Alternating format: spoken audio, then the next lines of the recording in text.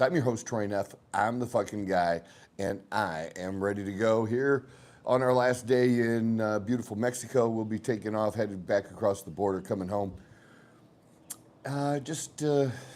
Well, not too soon, but a little later this afternoon. And you see, it's absolutely beautiful behind me here in Puerto Penasco, Rocky Point, Mexico. We've been having a great time. Honestly, this has been, maybe for me, one of the least stressful times, stretch of days that I've had in many, many years. And it's just been absolutely excellent. Dawn and I having a great time together. And then also with our friends John and Carrie. And great story there, really, really great story. I think the connection came between bodybuilding on Facebook, and then I introduced Dawn to Carrie, and Carrie posted a lot about John, so I knew, quite a bit about John as well, and we all became friends online, and it just seemed like we had a lot in common, and so uh, they invited us for a couple days at this great penthouse here. We decided to stretch it out a little bit longer, and we came a few days earlier. And here you go. Here we are having a great time with these friends, all from social media. Isn't it crazy? And behind me, you're going to hear all kinds of stuff. Hopefully, it's not terrible. I tried to set up here outside so that it would give me the best option, but you're going to hear some birds a little bit, and you might hear one of the ATV vehicles that fly around here. They're huge down here, everywhere. I mean, because you got a lot of sand dune type areas. So, but very interesting. I've been learning a lot about the place down here, and John has a tremendous amount of knowledge because he works with a guy who worked on, like, started down here when it was nothing 30 some years ago, before there was, anything here, which was kind of cool. And just learning all about that and how, the housing market back in 2008 affected it here. You can still see the effects here of the 2008 market crash, because you'll have a project that got half built and condos were sold and people are in them, and then there's a part of the building where there's, maybe it's not completed at all. There might not be even any walls, and they're trying to get back to that, but just the struggle they've had since then in getting people to buy down here, because a lot of people lost a lot of money at the time. So, but it is a fun place. It is, it's not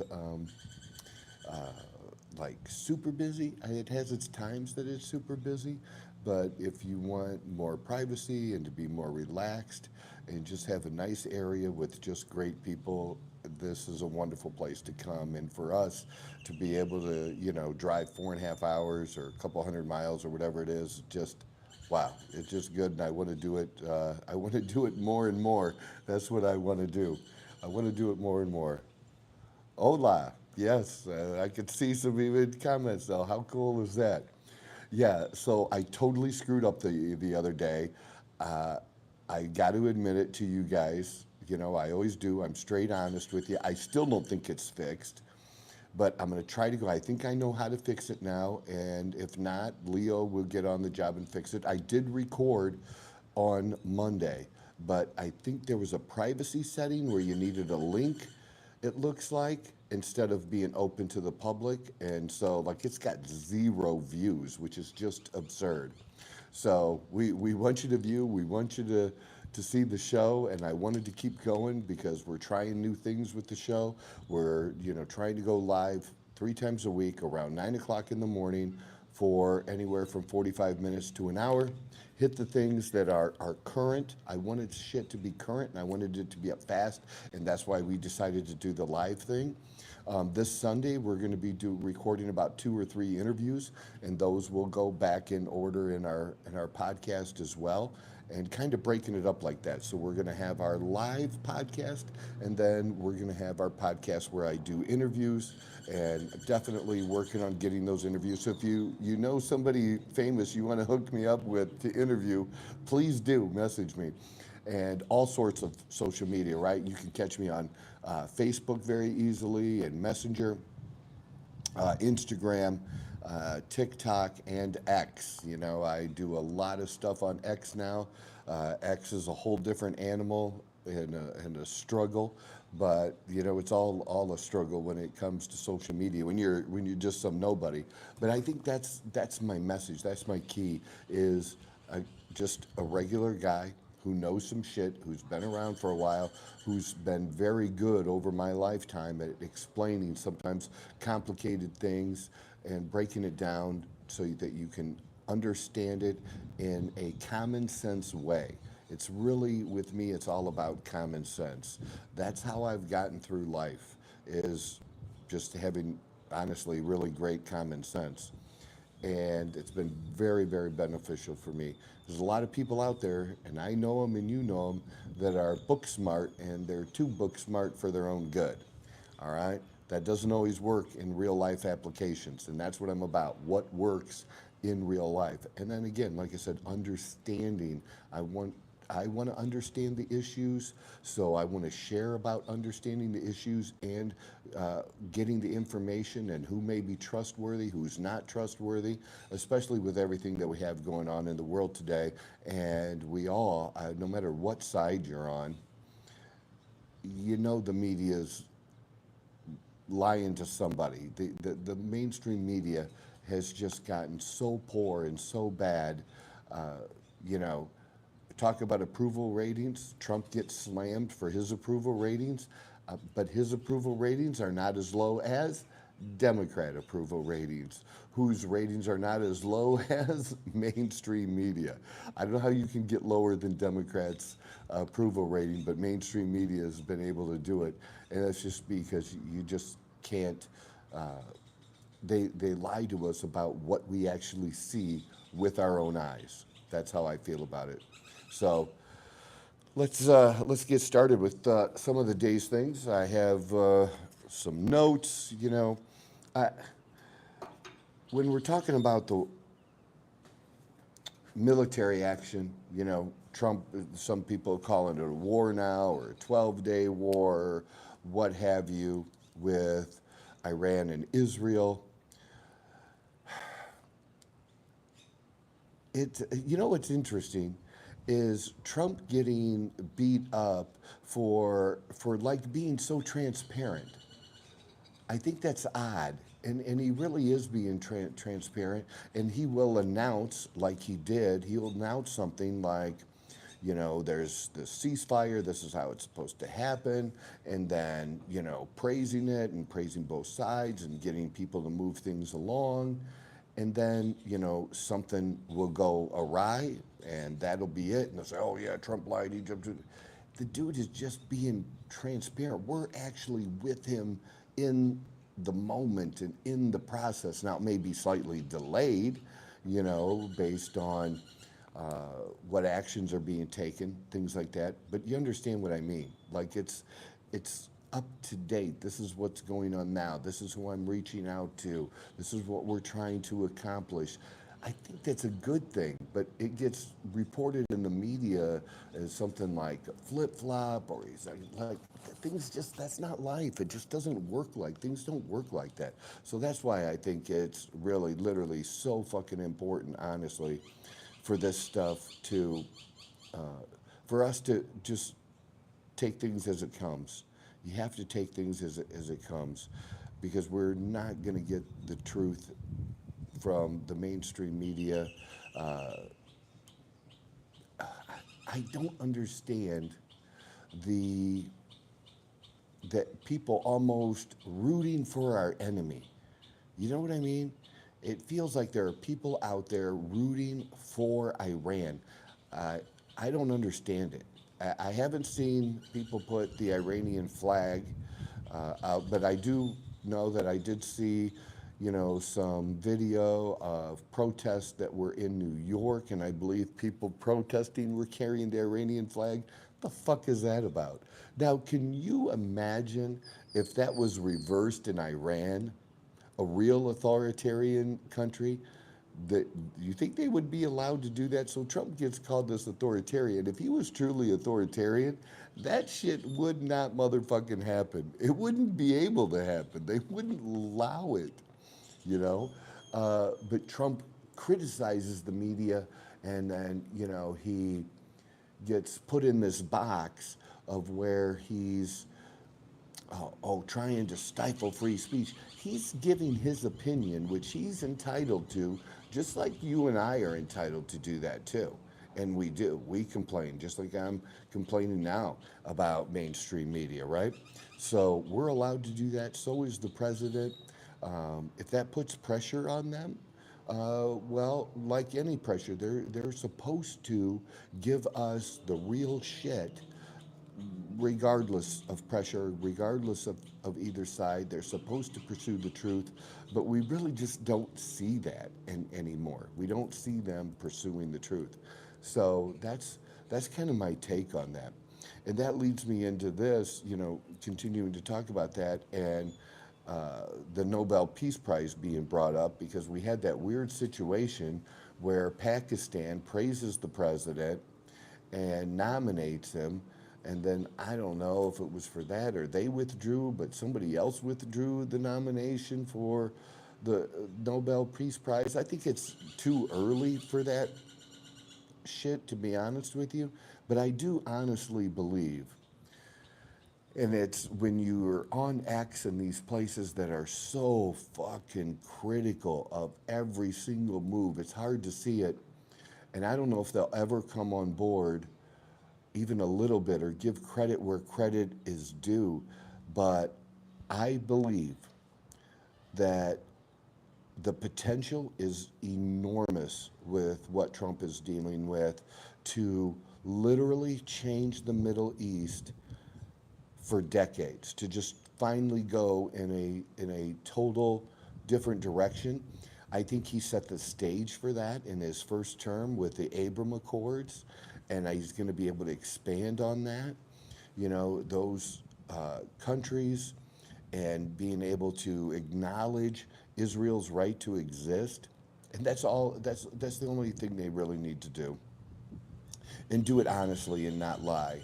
Is just say, hey, we acknowledge your right to exist, and everybody just do their thing, and and then try to make money, right? That's always a good thing. I like that as a lure that Trump always does with it. Why aren't we making money together? Why aren't we making deals? He wants to make deals. He is the deal-making president for sure. But the criticism, it's truly like I don't understand the criticism of the strikes against Iran. And they think they're directing these criticisms at Trump. Trump wasn't in the fucking plane. So you're telling me now that these pilots didn't do a good job, or they didn't complete their mission, or the people that put the mission together didn't do a good job. I think everybody did the best they could, and there's only so much we can know at a certain point, because Iran is going to lie about things. Israel had people on the ground with their intelligence agencies that might be able to get information. Maybe some enriched uranium got moved. Did all of it get moved? Now, this is a huge site. This is their biggest nuclear site. And, we used the best bombs we could use that weren't nuclear bombs, right? So, but the criticism, really, even though these people think they're directing it at Trump, it's really directed at the men and women in our armed services that put these plans together, pitched them to the president, that this was the best way to go, to do the most damage, to achieve the goal. And then he okayed it, and they set about doing it. And by all means, that these pilots, going almost 40 hours to get there and then coming home, just absolutely an incredible mission. and why people would want to shit on that. And you see it, people shitting on that. You see congressmen shitting on it. You see mainstream media shitting on it. What you don't really see is the rest of the world really shitting on it. You don't really see that. And then if Trump gets praise from somewhere else, oh, nobody respects U.S. leadership. Okay, well, maybe they're lying. But what they're putting out publicly is praise of the president for his leadership in doing this. What every other president going back to Clinton, I don't know if first Bush ever said anything about, Iran can't have a nuclear weapon, but I know every president starting with Clinton said that couldn't be a possibility, it couldn't happen, and they were all talk. And yes, there was an agreement with that Obama made, and I'll get into that in a second. So they've all done lip service, they've all done talk, and Trump was the first one to actually take real concrete action, which is just absolutely phenomenal that he did that. That is real leadership when somebody does that. Again, in the face of all this criticism and hate that he receives, that he did what he believed was in the best interest of this country, putting America first once again. And we've dealt with this enemy literally, at least in my lifetime, over 40 some years. So I would say, yeah, 45, 46, it works out to something like that. Like it's been a long time. Well, since 1979, right, that we've had to deal with this shit. And finally, someone actually took action and did something about it. And I'm absolutely proud to be an American. I'm proud that we have a president that saw this and wanted to do something about it. And the timing of it with what Israel had done, I think the whole thing was handled amazingly, and Israel softening things up, doing the preparation. They weren't able to finish the job. Trump always giving diplomacy a chance. He's always going to give you a chance. But, if you fucking, and then even if you dick around a little bit, right, at the end of say, well, and he gives you a chance, and then even if it makes him look bad, because he'll extend something, he's still giving you this additional chance, but sooner or later there's going to be a cutoff. And I'm glad that there's a cutoff so that the rest of the world is on notice that when there are deadlines and when this U.S. president speaks, he means it, that he wants to get something done within this time period, and this is when it has to be done, and you can either take advantage of that or not, and he would rather do a deal and there be no bloodshed. Again, this is a military option mission that happened that took 0 lives. There's no boots on the ground. Absolutely amazing what they accomplished and what they did, and other presidents have taken these types of actions. So let's get into I want to get into this thing about Obama. So Obama had the JCPOA, all right? So that was the agreement with Iran on how much enriched uranium they could have, that they had to get rid of about like 2/3 of their centrifuges, that, it had all these limits on it. And it was, an agreement that was going to last until 2025. Where are we at? And I guess some provisions out to 2030. But after that, if another new deal wasn't made, okay, or maybe if money wasn't handed over to Iran, because that's what they did, handed them money, which never should have happened, that they could have a nuclear weapon. That was the agreement. It didn't stop Iran from getting a nuclear weapon. It slowed it down and then created a point where they would be able to do something outside of civilian use. All right, that's why Trump got rid of it, was because it was a bad deal. and it was a deal that wasn't ultimately going to keep them from having a nuclear weapon. And whenever we've had to deal with these countries and inspections and stuff, they lie. They, take these inspectors and, jerk them around. We've seen it over and over again, right? You're supposed to be able to trust but verify. The problem is you can't trust them, and the verification sucks, right? So that whole thing about, oh, well, we wouldn't even be in this position if Trump wouldn't have gotten rid of that agreement sucked. And second, it had sunset provisions. So they were going to be allowed to have, a nuclear weapon at some point anyways. So that's that is a lot of shit that's going around, that's being pushed by Democrats now, that is just not, it's not true. It's not put in context of how it actually works, what's actually going on, and we couldn't allow them to have a nuclear weapon. And Trump took action on that, and look, that's where we are today. My thought on on that is, again, the timing was just what the timing was, and with everything, it's also going to make a difference in how, because Trump wants to end the conflict in Gaza, right? We all want to end that conflict.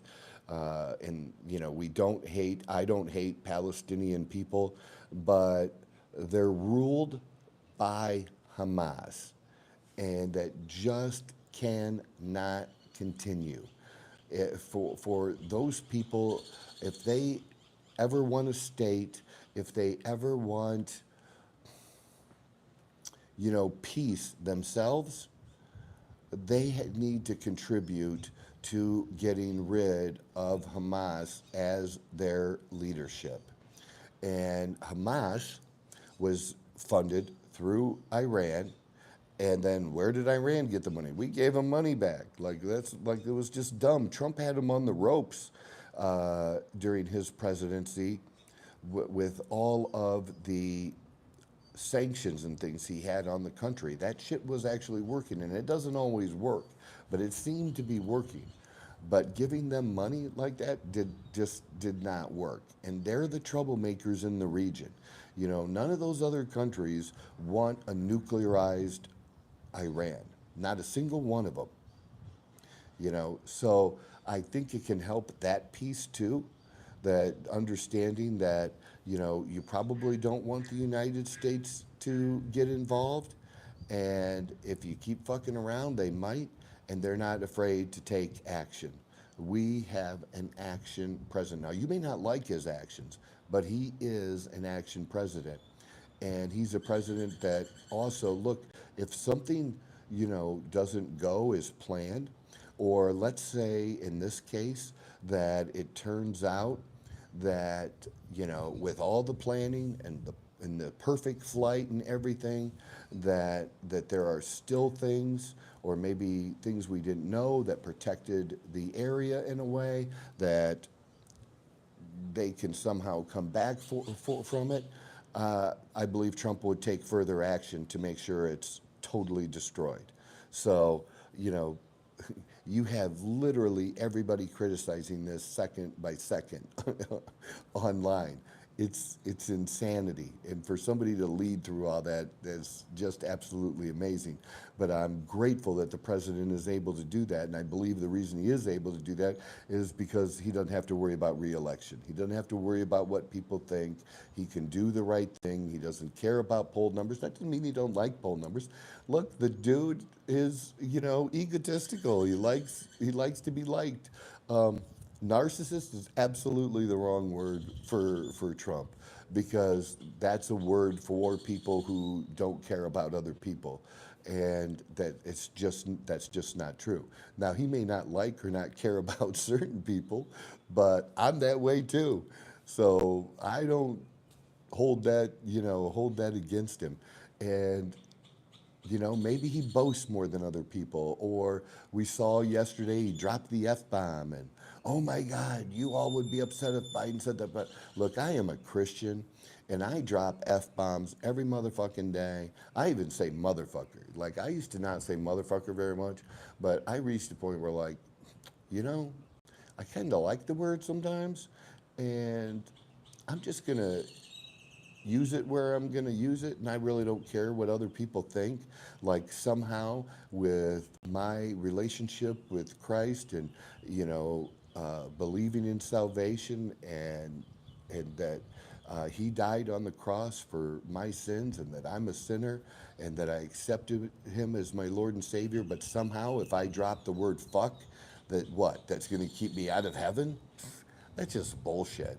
Okay, I'm not one of those hypocrite Christians that thinks that you have to be perfect. That's just not me. Okay, in fact, I think the exact opposite. And I think people who act like that are people who, keep push other people away, at least at that time, maybe from coming to Christ. You can just be a regular sinful person, and that doesn't mean I'm not advocating that people keep sinning or things like that. Look, we all have our struggles. If you look at every single major person in the Bible that God used, they all had tremendous character flaws. Tremendous character flaws, right? I'm just another one of God's children with tremendous character flaws. Okay, so this whole thing about dropping the apple, who the fuck cares? I mean, this is right after the Democrats think who maybe aren't you people who aren't really used to using the word shit or fuck or that kind of thing are all of a sudden making speeches saying those words, fuck Trump, and saying that, like elected politicians doing that, Democrats doing that, and thinking that you're going to like them more if they do that. So that's okay, but the president says, how embarrassing. Oh, you don't see Macron say that. No, hey, you know what? None of those others are exerting leadership like Trump exerts throughout the world, or any U.S. president does. Even a bad U.S. president exerts tremendous authority throughout the world, but it's just because they just don't like him, and it just doesn't matter. And all this I relate, going back now, tying some of it together, is it's really, really true. If Trump were to contribute in some way to the cure of cancer, of all cancers, if he was able to contribute in some way to help facilitate that and make that happen, they would still hate him. He wouldn't get any credit. And that's what's going to happen here, no matter how this plays out. And I think it's going to play out, the best case scenarios of how it plays out is going to be absolutely amazing for our country and for the world. Absolutely amazing is what's going to happen. And, tremendous time in the world of peace. Can you imagine if we had true peace in the world, and we weren't worrying about these conflicts all the time? What we could actually done, what we could actually do for poor people, what we could actually do for Palestinians. Because again, let's just use that as an example. So when we try to get food in there to Gazans, right? Who takes it? Hamas takes it. Hamas takes it, they distribute it, and they use it as a weapon. They use food needed for survival as a weapon against their own people. They're sick motherfuckers, okay? It's just absolutely horrible. So that's kind of what I mean and what I'm talking about. That, imagine if we didn't have those kind of issues, and we would be able to go in and take care of people and help them get back on the right track and truly make a difference, and not have these crazy groups, these terrorist groups come in like that, and just how we could just improve everything in the world, everything that everybody wants. There'll never be utopia, but we could be a lot better. But it does take, sometimes it does take violence, sometimes it does take war, and that does come before peace. You have to, sometimes that hand has to be played out. And we have a president that's willing to talk to anybody. He's willing to talk to literally anybody in the world, any dictator, any foreign leader, because zero good can come out of not talking. And he's at least willing to give it a chance. Where you have other people say, well, you can't legitimize that dictator, you can't talk to them. Trump don't give a fuck. He will literally, and has shown that he will talk to anyone.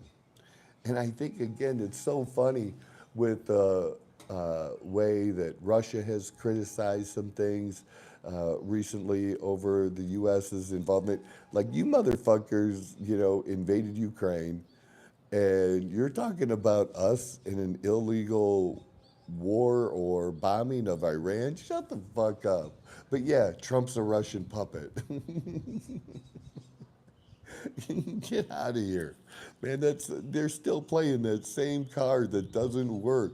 Russia, Russia, Russia, wanting to get along, with your enemy, or at least get along well enough that you don't have constant conflict with them, that you're not in a fight. Um, that that somehow means you suck Putin's dick. Get the fuck out of here, man. That's just not a thing. It is a good thing that our president wants to make deals and get along with as many countries as possible. And that's, I think is good. But even if he does all that, they're never going to give him the credit. And I think he will actually get the Nobel Peace Prize during his second term in office. So you just wait and see on that, because I'm going to be the one doing the "I told you so" on that. I really believe that is going to happen. It's not a big deal if it does or it doesn't, but I just believe that the work he's doing is certainly going to be worthy of that.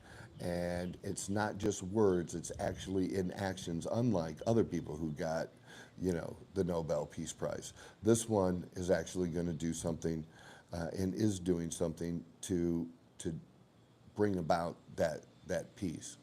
Now again, no matter, he's trying, like, literally on a daily basis. We don't have peace between Ukraine and Russia yet, but if you don't think that what just happened with Iran sends a message to both Ukraine and Russia, I I really think it does. That was a very loud message that was sent to them. You know, y'all need to get to the table and make a deal and end this. Neither side is going to be happy. You need to realize that and give up this idea that you're going to get everything you want, or you're going to get all your land back that you think you should have or owed, or to think you're going to take over a country on the other side with Russia. They're both going to be unhappy, but they'll both be happier with no lives, not continuing to lose lives. That's what I should say, on both sides, because that is just terrible. You know, the amount of death that we've had on both sides of that. And then, well, you know, no matter when it gets done, if it got done next week or if it gets done later this year. So let's say it, was a year and that peace comes. Well, Trump said he was going to do it he didn't do it on day one. He wasn't able to do that, and it's a year later. So yeah, it's good that Ukraine and Russia stopped fighting and they've made a treaty, but Trump didn't do it when he said he was going to do it. He's a liar. This is a guy that immediately put that at the top of his list when he came into office, to work towards that every day. Did you feel like that during the Biden administration, that they were working to do that every day?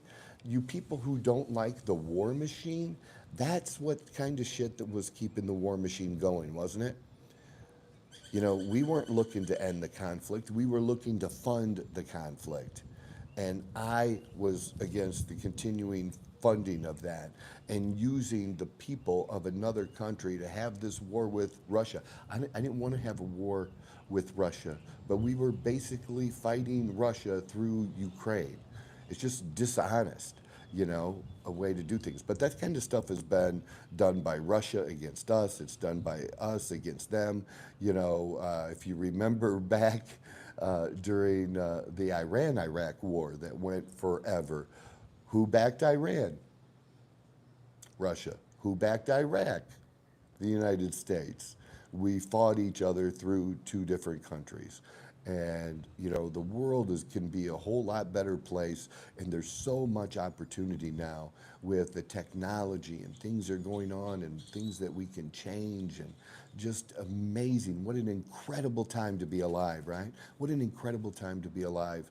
And how much more could we take advantage of this amazing opportunity that the world has right now if we had less conflict, if we had less war?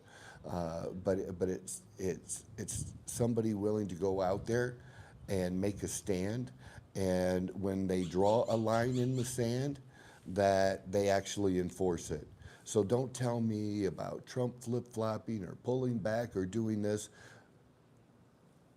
Obama drew a line in the sand in the Middle East and got the finger, and then did nothing about it. Did nothing about it. He also, I didn't mention this earlier, and I meant to, my mistake.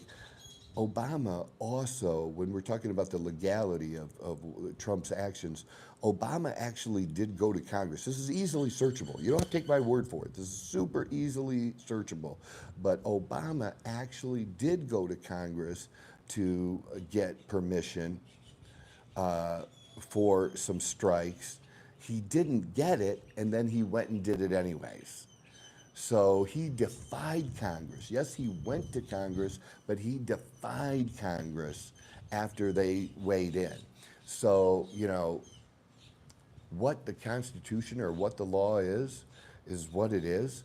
But when it has been violated, or when it's not been enforced for president after president, and now you want to hold Trump accountable, that's just not gonna work. You can't say that it was okay for Bush to do it, that it was okay for or Clinton first to do it. He did it a couple times, Kosovo and things like that. Then Bush did it. Then Obama did it, and now you're saying Trump can't do it. He can't do it. That's illegal. And I don't think it's good for our country to put that message out there that you want to disagree with somebody. I think it would be fine if Democrats just disagreed and said, we don't really support this action. Here's why we don't, and said that. But to go the step further, and because when you're saying it's illegal, it's like you're making, our president is not a warmonger. That's just not it. I think that's a bad look, and I think it's a dumb look, and it would be dumb for either side to do. So it's just this constant pushing of things to the edge like that I think are really, really terrible that they seem to be doing. So I know, in my mind, I seem like I'm rambling a little bit, but I'm trying to put my thoughts together, have been trying to wrap my thoughts around all of this and the progress. I know the president. Oh, how about that? So there's information, there's different levels of reports, and then when these reports are done by intelligence agencies, like when they're trying to say, okay, this is what happened after the bombing, this is how, and make an assessment of what damage was done. They call it confidence, low confidence, high confidence, how reliable is the information. So we have this low confidence report that was secret, supposed to be secret, that got leaked out, that saying, maybe we didn't take out as much as they wanted to take out, right? Absolutely horrendous for these news organizations like CNN to put that stuff out there, and for the person to leak that in the first place. And only leaking that is because they want to attack Trump. Well, in the process of doing that, you put our country at risk. absolutely horrendous. I absolutely know that this administration doesn't want to tolerate that, and almost every administration, Republican or Democrat, has had to deal with that kind of shit, and I'm against it no matter who is president. Absolutely against it no matter who is president. It's not an acceptable thing. And I'm willing to always call that out when it is something that happens, to both sides or for both sides or whatever, to call that out on both sides. I'm not just one where my team's always right and your team's always wrong. If somebody's like that, you really can't trust. I want people to trust, my assessments, that this is as good of a common sense assessment that I can give as an American and how I feel about it, and pass that along, and for you to make your own conclusions. Let me throw this in here as I kind of wrap things up for the morning. So we have all these things that are going on like this, these conflicts all across the world. We have tremendous division here in our country and protests on a day-to-day basis. Remember, you still need to live your life. You still need to not let this stuff paralyze you.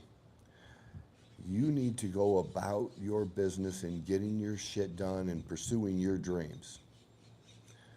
For us right now, enjoying time together, Dawn and I, and being down here in Mexico on my workcation, right? And it is a workcation for me. I've worked while I was down here, and I don't mind working. I've done several consultations on the phone with clients where I've returned calls. And at first, they didn't even know where I was at. They didn't know I was here in Mexico. And then they find out, they're like, oh man, you didn't have to do this. You could have waited till you got back. This is what I love. This is what I enjoy. And I enjoy helping people live better, healthier lives so much that, me taking, whether it's an hour or 3 hours spread out amongst the day to help other people on their journey is worth it to me. It makes it easier for me to enjoy this and continue on in my business and to continue to grow the business. And I love the lifestyle and the business that I've created and how it's been meshed together. But for whatever you do and wherever you are, okay, you still have to plan and plan. This is my suggestion. Plan like things are going to work out. Things are going to be okay. You're going to survive. And so since you're going to survive, what are the best actions for you to take? World War III, we're all going to die. World War III. So what? So you're not going to go to the gym now? Is that going to be an excuse? Because it's just all that kind of shit is just an excuse. And there are a bunch of people that are seemingly looking for excuses every day. Don't be one of those people. Don't let what's going on in the world affect what things are going on in your little world. All right? That's just like I say that there's two economies. There's the general economy, and then there's your personal economy. And I have had incredible times where the general economy was supposedly shit, but my personal economy was tremendous. Same, it's a same thing here. Like, things not good in the world, but things can still be okay in your personal life, and still pursue those things, still go after those things, still, feel good about yourself by pursuing those things. It's really you'll really find out in the end, it's the journey more than getting to the destination that is what life is all about, and gives you, self-confidence, and helps you feel good about yourself and what you do. And I think that also comes with being grateful. The more grateful I am, and I am tremendously grateful, the better your life is going to be, and the more that will be given to you. I want more, I want to do more, but I'm grateful for what I have and where I'm at and what God has done for me today. That's where it starts for me. And at least this time around, being humble enough that even though I like getting credit and taking credit for my hard work and what I do. It's about acknowledging the man upstairs and what he's done and the opportunities he's given me. And I want to be able to take advantage of those things. And that gets back to service. We all have a purpose. And I'm telling you what your purpose is. You don't have to figure it out. Your purpose is to serve others. Now, what you do have to figure out is how you do that. How do you serve others? What can you do that helps improve the lives of others? And when you do that in business, you're going to have a successful business. You know, how can you take somebody's issue or problem and help them not make it a problem, help make it better, come up with solutions, come up with a solution to a problem. That's how you find success, especially, you know, for being an entrepreneur. And for people who don't want to do that, you know, and don't have a dream they want to build, then you're going to be building someone else's dream. And some of us, that is not for us, but it may be for you. That's not a bad thing. Then contribute to that. Your service, somebody else had a vision, you buy into their vision, and you're going to help them do it. What theirs is, you buy into that. That's okay. We need that. You know, we need groups of people that are focused on those kinds of things and making things better for everyone. So with all this going on, I just wanted to take a moment to really encourage my followers that, you know, don't forget about you in all this. And in the big scheme of things, you know, pursuing what is best for you and your family, improving the lives of you and your family, doing what you can do to give opportunity to your children that maybe you didn't have. That was a driving force for me. You know, my daughter's 31 years old now, and I knew about this a little while back, and I posted about it on social media. She said, "Dad, not yet." Because they had some difficulty, and she's now shared about that difficulty of being able to get pregnant. And then they did the IVF treatments, and even that was a little bit of a struggle, and it's taken 2 years. And so once she was pregnant, she wanted to get past 20 weeks before telling other people in case something happened, you know, something tragic happened. So she just recently announced it, you know, in the last couple of weeks. And so I can talk about that I'm going to be a grandpa now, and that I'm going to have an amazing granddaughter, because I know she is going to be, and I hope she is. I hope she's a lot like my daughter. I want my daughter to experience that. But I think she's going to look like my daughter, and my daughter looks like me. So I'm happy about that.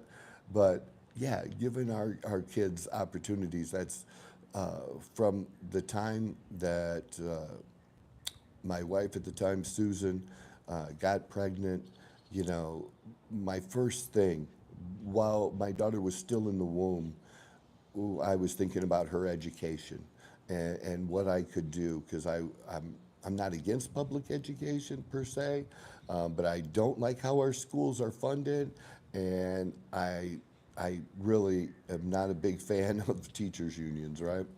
So I wanted the best education for my daughter, and I did that even in preschool to try to put her in one of the best preschools in the entire area.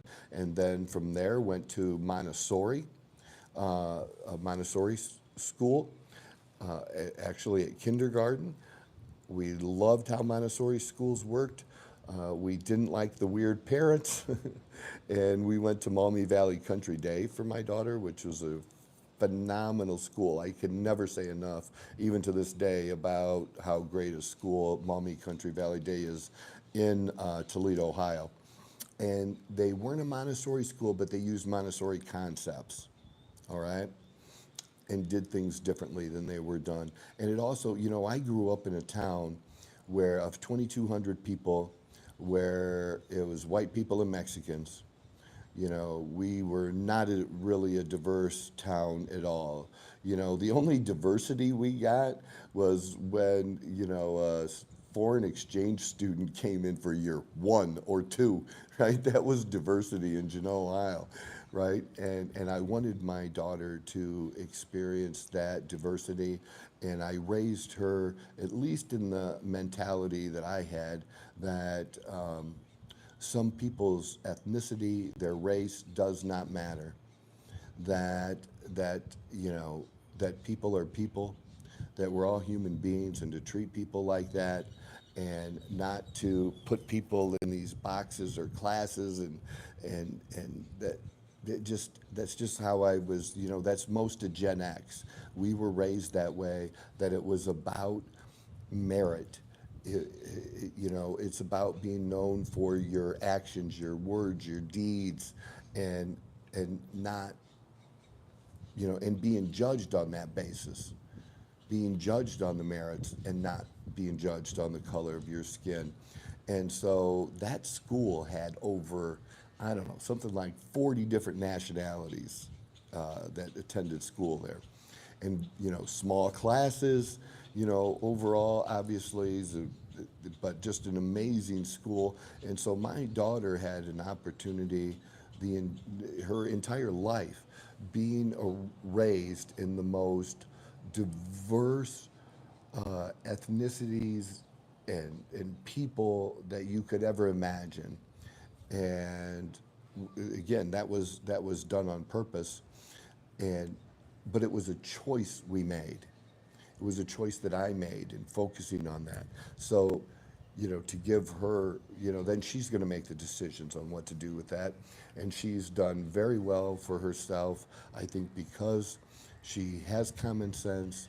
She's able to think things through, and she knows how to build relationships with just about anyone, you know, and that how good of a person, how somebody's character matters more, and that's what she focuses on. But for me, giving her that opportunity, and that's what we all need to do, is do that for our kids, our grandkids, focusing on how can we make things better, how can we give them a better opportunity. Everybody's not going to get the same start. She got a start that was way different than I got. Um, I didn't get that kind of stuff. I wanted to go to private school when I was in high school. I wanted to go to one Catholic school, and I wanted to wrestle there. That's what I wanted. It wasn't an option for me. So I wanted to make sure my daughter had those kind of options. And we'll do that for the grandchild as well. But even though I didn't have those same options that my daughter did, and I've had a pretty crazy life, I've been able to have success too. I see having her and how she's turned out as to be, maybe the greatest success for me as a human being. And then businesses, I had a successful financial business, lost it, built a successful business now in health and wellness and fitness and helping people with their hormones and things. And after losing it all, doing that again. So even though I didn't have a college degree, and they said, well, people that don't have a college degree can't make as much money as people who do. And my answer to that was employing people with college degrees. So, we wherever we start, whatever our circumstances are, you do not have to let your circumstances dictate how things are going to end up. But that takes you being willing to, yes, you're starting 100 yards back from everybody else. And, maybe you're not going to get to the lead, but you can get in the top 10% of the runners, right? From where you're at. That's phenomenal. That's how I look at it. That's what I did.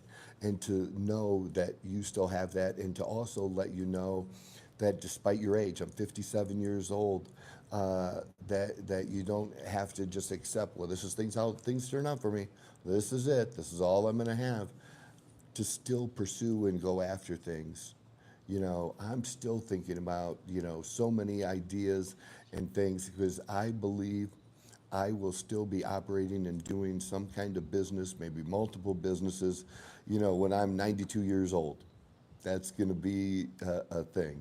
And in part in doing that is, I do have an affluent income, all right, but I'm not gonna I'm not gonna retire. If I wanted to retire, it would mean I would have to dramatically scale back my current lifestyle, to have a much less of a lifestyle, to not work and then have that same less of a lifestyle later on in life, where now I get to experience all kinds of amazing things because I am blessed with that good income, but I want to enjoy that now.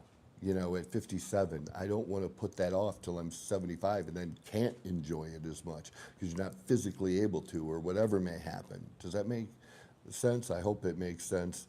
But it's just a choice I made, and that means that I'm going to have to work, right, longer in life, and always expect to work or be working in a way that I'm generating some income.